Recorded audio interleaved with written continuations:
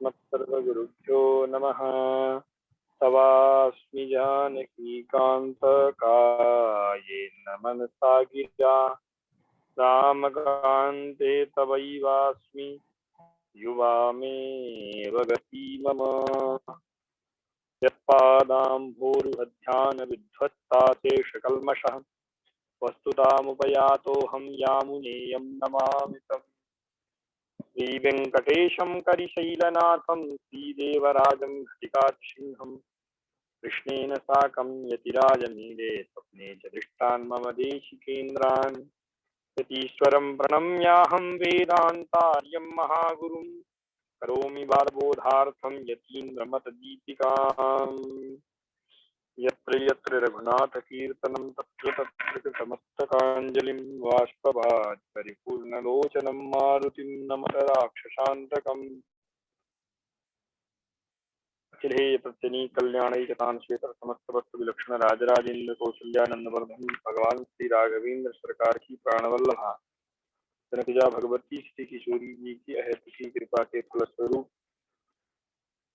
भगवान के दिव्य स्वरूप को प्राप्त करने हेतु सत्स्वरूप ज्ञान हेतु को यह सत्र हम और आप चला रहे हैं, क्योंकि भगवान के दिव्य गुणों का वर्णन करते हुए गोस्वामी तुलसीदास जी महाराज ने भी कहा कि बिना ज्ञान के प्रेम हो ही नहीं सकता है,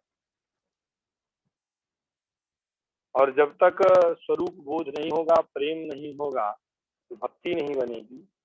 इसलिए भगवान के उस दिव्य स्वरूप का जहाँ पर जीव ममत्व के कारण बारंबार जन्म मरण के चक्र में जो फंस रहा है, उस छेदन हेतु इस प्रकृति के स्वरूप का भी बोध अत्यंत आवश्यक है। तदर्थ ग्रंथकार जो है प्रकृति के स्वरूप का निरूपण करते हुए पूर्व में सूक्ष्म दृष्टि से अब स्थूल दृष्टि से दिखाई देने वाले जगत का निरूपण कर रहे हैं। जम्बू द्वीप नाम के इस भूखंड का निरूपण अब ग्रंथकार ने आरंभ किया है। एवं नववर्ष युक्तम जम्बू द्वीपम लक्ष्य योजन विस्तीर्णम समपरिमाणेन लवण सिंधुना आवृतम। पूर्व में प्रकृति, ईश्वर, जीव, इन्हीं पर चिंतन करने हेतु आगे बढ़ते हुए प्रकृति के स्वरूप निरूपण में स्पष्ट रूप से कहा गया, प्रकृत्यादयः ईश्वरस्य जीवस्य भोग्य भोग्योपकरण भोगस्थानानि च। यह जो प्रकृति है, जो एकादश इंद्रिय, पंच तन्मात्रा, पंच महाभूत, महत अहंकार मूलक यह संपूर्ण जगत में दिखाई दे रही है, अर्थात यही सब ही परिणत होकर के संसार में दिखाई दे रहे हैं। उस प्रक्रिया को हमने आपने जाना, और पंचीकरण प्रक्रिया जहां तक हमने चिंतन किया, उसके बाद दिखाई देने वाले ये सब जो दिखाई दे रहे हैं वस्तुतः हैं इतने पंच महाभूत ही है, इस रूप में परिणत होते हैं। एकादश इंद्रियों के द्वारा उनका बोध और उनकी उत्पत्ति इत्यादि, जैसे गृह भवन इत्यादि जो आप देख रहे हैं पीछे इतना सुंदर जो, तो यह भी शिल्प कला के कारण जो है, जो हस्त के अग्रभाग में रहती है शिल्प कला, उस कला का ही परिणाम है। इसीलिए मैंने कहा कि महत अहंकार, एकादश इंद्रिय, पंच तन्मात्रा और पंच महाभूत मूलक यह संपूर्ण जगत दिखाई देता है। और यह जो संपूर्ण जगत है, यह ईश्वर और जीव इन दोनों का भोग्य पदार्थ है, और भोग के साधन भी यही है, अभोग के स्थान भी यही है। भोग्य भोग्योपकरण भोग स्थानानि च भवन्ति। भोग इसके विषय होते हैं, भोगोपकरण चक्षुरादि इंद्रियां होती हैं, प्रकृति ही यही करण बन गया। भोग ये सारे विषय बनेंगे, पंच महाभूतात्मक यह सब जो दिखाई देगा, भोगोपकरण चक्षुरादि होंगे, और भोग स्थान यह जो संपूर्ण जगत दिखाई दे रहा, चतुर्दश भुवन सहित पूरा ब्रह्मांड, यह ब्रह्मांड ही भोग स्थान है। और इसी ब्रह्मांड को लेकर के फिर इसका हम लोगों ने विशेष रूप से विस्तार जाना कि कपित के फल के समान प्राकृत द्रव्य ही ब्रह्मांड कहलाता है, यही परिणत होकर के ब्रह्मांड के रूप में दिखाई देता है। अत्र पर्यंत यहाँ तक की सृष्टि ब्रह्मांड पर्यंत की स्वयं परमात्मा करते हैं, उसके बाद ब्रह्मा को स्थापित करके आगे की सृष्टि करते हैं। पृथ्वी कमल के समान आकार वाली है, विकसित कमल के समान आकार वाली है। उस कमल के ऊपर होने वाला कर्णिका के सदृश आकार वाला सुमेरु पर्वत है, और सुमेरु पर्वत की दाहिनी तरफ भारतवर्ष है, किम पुरुष वर्ष तथा हरिवर्ष, ये 3 वर्ष है। उसी सुमेरु पर्वत के उत्तर दिशा की ओर रम्यक, हिरण्यक और कुरु, ये 3 वर्ष हैं। उसके आगे भद्राश्व वर्ष और पीछे केतुमाल वर्ष है, मध्य में इलावृत वर्ष है। इस प्रकार से ब्रह्मांड की स्थिति का निरूपण ग्रंथकार ने किया। अब उसी पृथ्वी का निरूपण, क्योंकि है तो सब कुछ जितनी चर्चा की गई, हमारे अब भोग का जो साधन बनेगा, जो भोग्योपकरण होंगे, चर्चा उन्हीं की जाएगी। इस आधार पर ग्रंथकार अब उन्हीं विषयों की चर्चा करते हुए आगे बढ़ते हैं। कहते हैं कि एवं नववर्ष युक्तम जम्बू द्वीपम लक्ष्य योजन विस्तीर्णम समपरिमाणेन लवण सिंधुना आवृतम। यह जो है 109 वर्षों से युक्त, चारों दिशाओं की जो बात की गई उनसे युक्त जो जम्बू द्वीप है, 1 लाख योजन में फैला हुआ है। जम्बू द्वीप अपने ही समान परिमाण वाले खारे जल के समुद्र से घिरा हुआ है। अब यदि आप देखेंगे संपूर्ण भूमंडल जहां तक अपनी गति है, हम लोग यहाँ से उड्डयन करके उड़ करके वहां चले गए, वहां से वहां चले गए, यह तो एक अलग बात हो गई। संपूर्ण पृथ्वी चारों ओर से, क्योंकि मनुष्य विज्ञान चाहे कितना भी अपनी क्षमता से जाए, भूमंडल में जहां तक जाएगा दूर तक उसे खारा समुद्र ही मिलेगा, किसी भी दिशा में अंत होगा नहीं, समुद्र के आगे जा नहीं सकता है। यह एक सामान्य तर्क बुद्धि की बात है। और उसी की चर्चा करते हुए ग्रंथकार ने कहा कि नववर्ष युक्त जो जम्बू द्वीप है, अपने ही समान परिमाण वाले साथ, जितना पृथ्वी का परिमाण बताया जा रहा है 1 लाख योजन, उस 1 लाख योजन परिमाण वाली पृथ्वी के बाहर भी 1 लाख योजन समुद्र है। और वह समुद्र अर्थात पृथ्वी के बाहर 1 लाख योजन परिमाण वाला जो खारा समुद्र है, वह खारा समुद्र अपने दुगुने परिमाण वाले अर्थात 2 लाख योजन परिमाण वाले लक्षद्वीप से घिरा हुआ है। इस समुद्र के बाहर लक्षद्वीप है। इस लक्षद्वीप में 7 वर्ष है। जम्बूद्वीप 9 वर्षों से युक्त है, लक्षद्वीप 7 वर्षों से युक्त है। और यह देखिएगा, वह लक्षद्वीप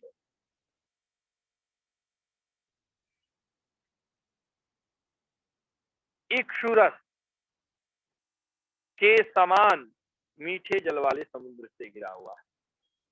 बहुत तर्क बुद्धि लगाएंगे तो उसमें यह दिखाई भी देता है कि समुद्र का नाम ये रख दिए, समुद्र का नाम यह रख दिया। एक समुद्र का उल्लंघन करके हम जाते हैं, हमें भूमि मिलती है, वहां के लोग भी मिलते हैं। इन सभी तर्कों के आधार पर थोड़ा विचार भी करेंगे तो हम एक बार कहने पर, सबके विज्ञान के कहने पर यह मान भी लें कि चलिए आप पहुंच गए लक्षद्वीप पर, लक्षद्वीप के मनुष्यों का जो स्वरूप बताएगी, इन सब बातों को और विस्तार से भी आपको देखना है तो श्रीमद् वाल्मीकि रामायण में जब लक्ष्मण जी महाराज सुग्रीव को सचेत करते हैं तो दक्ष चित्त सुग्रीव सभी दिशाओं में जब वानरी सेना को, रिक्षों की सेना को भगवती श्री किशोरी जी के अन्वेषण हेतु भेजते हैं, तब वहां पर बहुत विस्तृत वर्णन करते हैं। इस समुद्र के बाद यहाँ पर ऐसा होगा, यहाँ के लोग ऐसे होंगे, इसके बाद आगे आपकी गति नहीं है, आप जा नहीं सकते हैं, यहाँ तक ही आपकी सीमा है। लंका ही नहीं, लंका के बहुत आगे तक का वर्णन किया है सुग्रीव ने। नाना प्रकार के योद्धाओं का उन्होंने निरूपण किया है, दिग्गजों का उन्होंने निरूपण किया है कि इस प्रकार से यहाँ जाकर के आप ऐसा दर्शन करोगे। सुग्रीव ने जहां जहां तक की यात्रा की उन सबका निरूपण किया, तो वहां पर इसका विस्तृत वर्णन है। कहने का मूल विषय में हम यहाँ पर अब चिंतन करें तो कहने का तात्पर्य यही है कि प्लक्ष द्वीप, हम सब जो इस भूमंडल जम्बू द्वीप में है, इसके बाहर का द्वीप है। कितने परिमाण वाली पृथ्वी दिखाई देती है, इस पृथ्वी के बाहर का वह द्वीप है। और वह लक्षद्वीप मीठे समुद्र से घिरा हुआ है, और वह मीठे समुद्र वाला भी द्वीप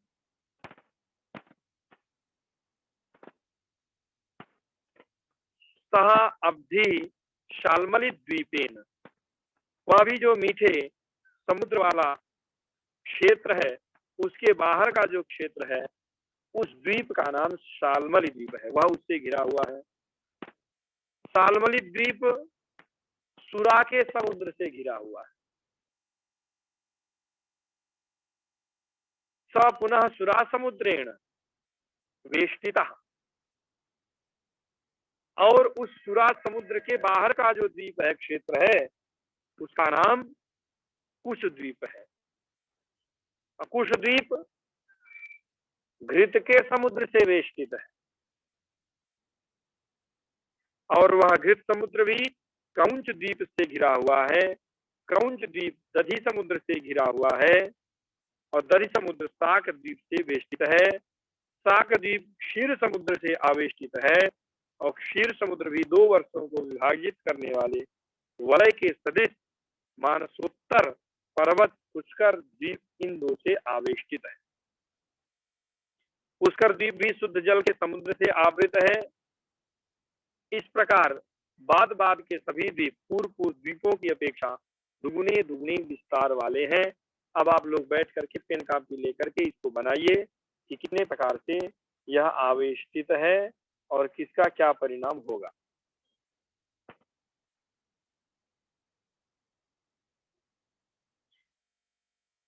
इसके बाद उस 2 गुने विस्तार वाले सभी द्वीपों की चर्चा ग्रंथकार ने विस्तृत रूप से न करके अब जम्बू द्वीप की ही चर्चा की। लिखा लक्षद्वीपादयश्च सप्तवर्षात्मका, अथवा एक पक्ष में 5 वर्षात्मका। जम्बू द्वीप 9 वर्ष युक्त है, और इस जम्बू द्वीप को छोड़ करके सतत समुद्रों से आवेष्टित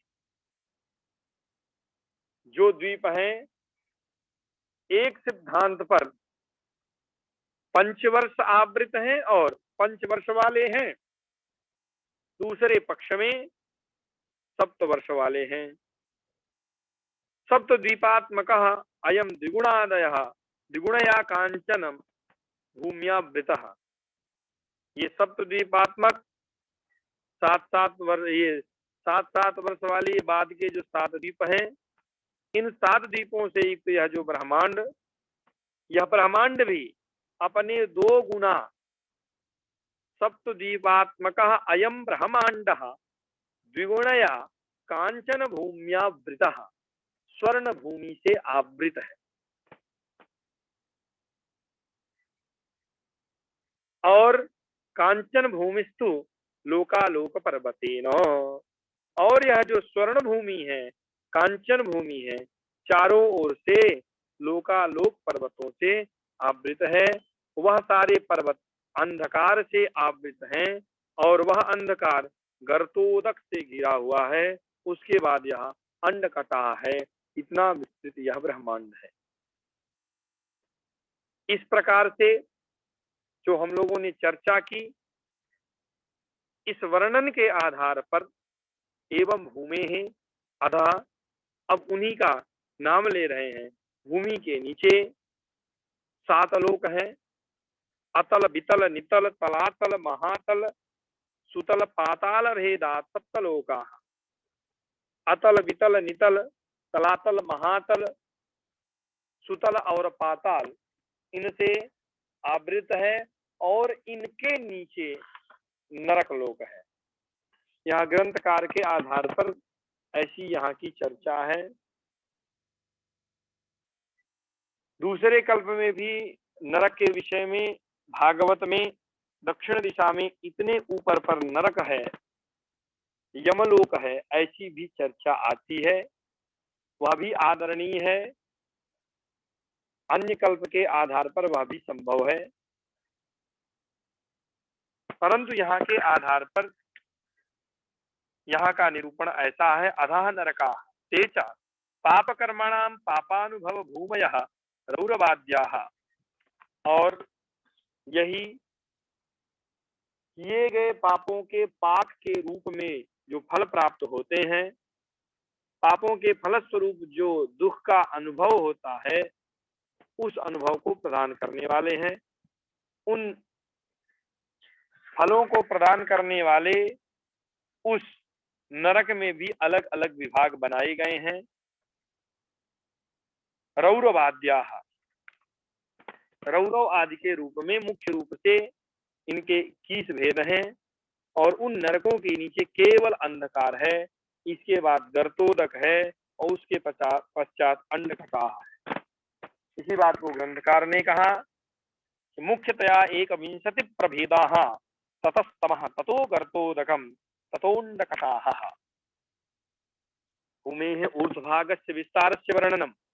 यह तो नीचे की बात थी। अब ऊपर के भाग का यदि हम देखें तो कहा कि ऊपर में क्या है पृथ्वी के, तो भूमि ऊपरी लक्ष्य योजनात् सूर्य मंडल। भूमि से 1 लाख योजन ऊपर सूर्य मंडल है। आज भी जो गणना कर रहे हैं लगभग यहीं तक पहुंच पाए और वहीं तक भूवर लोक है। भूर के बाद भुवः बताया गया ना, तो सूर्य मंडल पर्यंत ही भूवर लोक है। तावत एव भूवर लोकः तदुपरि चंद्रमंडल, उसके ऊपर चंद्रमंडल है। तस्मात् उपर्युपरि नक्षत्र बुध शुक्र अंगारक बृहस्पति शनि सप्तर्षि मंडलानि, उसके ऊपर नक्षत्र मंडल, बुध मंडल, शुक्र मंडल, भौम मंडल अर्थात मंगल मंडल, बृहस्पति मंडल, शनि मंडल और उनसे भी ऊपर सप्तर्षि मंडल है। उन सबसे ऊपर ध्रुवलोक है। तदुपरि ध्रुवः सूर्य मंडलम आरभ्य ध्रुवलोक पर्यंतम स्वरलोक। भूर के बाद जो स्व की चर्चा करते हैं, भूर भुवः स्वः महा, तो सूर्य मंडल के ऊपर चंद्रमंडल, नक्षत्र मंडल, बुध मंडल, शुक्र मंडल, भौमंडल, बृहस्पति मंडल, शनि मंडल, सप्तर्षि मंडल और ध्रुव लोक पर्यंत यही स्वरलोक है। 14 लक्षोपरि कोटि योजन उच्छायः महरलोकः। 14 लाख के ऊपर करोड़ योजन ऊपर महरलोक है और उसका द्विगुणित जनोलोक है, जनहलोक। तस्मात् द्विगुणः जनहलोकः ततश्चतुर्गुणः तपोलोकः, उससे 4 गुना तपलोक है। तस्मात् 12 कोटि उच्छाय सत्यलोकः, और उसके बाद 12 करोड़ योजन ऊंचा सत्यलोक है। और उस सत्यलोक के भी ऊपर ततः तमः गर्तोदक मंडक गर्तोदकम अंडकटाहश्च, और उसके ऊपर गर्तोदक है, गर्तोदक के ऊपर अंडकटा है। इस प्रकार से ऊपर की भूमि बताई गई, तिर्यक ऊपर की ओर 50 करोड़ ऊंची भूमि बताई गई है। एवं तिर्यक ऊर्ध्व प्रमाणेन 50 कोटि योजन त्वम भूमेः उक्तम भवति। और शतकोटि योजन विस्तीर्णत्वात् एक मत के आधार पर प्रमाण भेद से शतकोटि योजन अर्थात 100 करोड़ योजन विस्तार वाला भी परिमाण एक सिद्धांत में बताया गया है। शतकोटि योजन विस्तीर्णत्व वादः मानभेदेन प्रमाण भेद से दूसरा भी माना जाता है। अन्नकटाह कोटि योजनोच्छायः, अन्नकटाह करोड़ योजन वाल विस्तीर्ण है। और उसके बाद ग्रंथकार उपसंहार करते हुए ब्रह्मांड का आगे बताते हैं कि जिसका निरूपण किया गया तत्अंडम दशोत्तरावरणावृतम, यह जो है ब्रह्मांड ऊपर के 10 आवरण से युक्त है। ब्रह्मांड जैसे एक ब्रह्मांड का निरूपण किया गया वैसे अनंत ब्रह्मांड, किसी महर्षि ने इस ब्रह्मांड का इस प्रकार से निरूपण देखा जाना है तो मान भेदेन अर्थात दूसरे किसी ब्रह्मांड का परिमाण उस प्रकार से भी देखा गया होगा। वही ग्रंथकार ने यहाँ पर निरूपण किया है और उसे भी स्वीकार किया। कहा कि एतादृशानि अंडानि अनंतानि, अनंत ब्रह्मांड है। और इसका वर्णन नाना प्रकार के ग्रंथों में देखा भी है। जल बुदबुद वत, जो जल का बुदबुदाकार स्वरूप है, जिस प्रकार जल में बुलबुले उठते हैं, ईश्वर ने समकाल में उसी प्रकार इन सब की सृष्टि की। एक बार विचार किया और विचार करते ही संपूर्ण सृष्टि प्रकट हो गई। इतना ज्यादा समय वहां पर लगने वाला नहीं है। ईश्वरस्य चतुर्मुख पर्यंता सृष्टि द्वारिका, इसकी चर्चा हम लोगों ने पहले की है कि ब्रह्मांड पर्यंत की जो सृष्टि है साक्षात परमात्मा करते हैं। चतुर्मुख की सृष्टि पर्यंत ईश्वर की सृष्टि साक्षात सृष्टि है। और उसके बाद जो है सभी सृष्टि में परमात्मा व्यापार करने वाले होते हैं।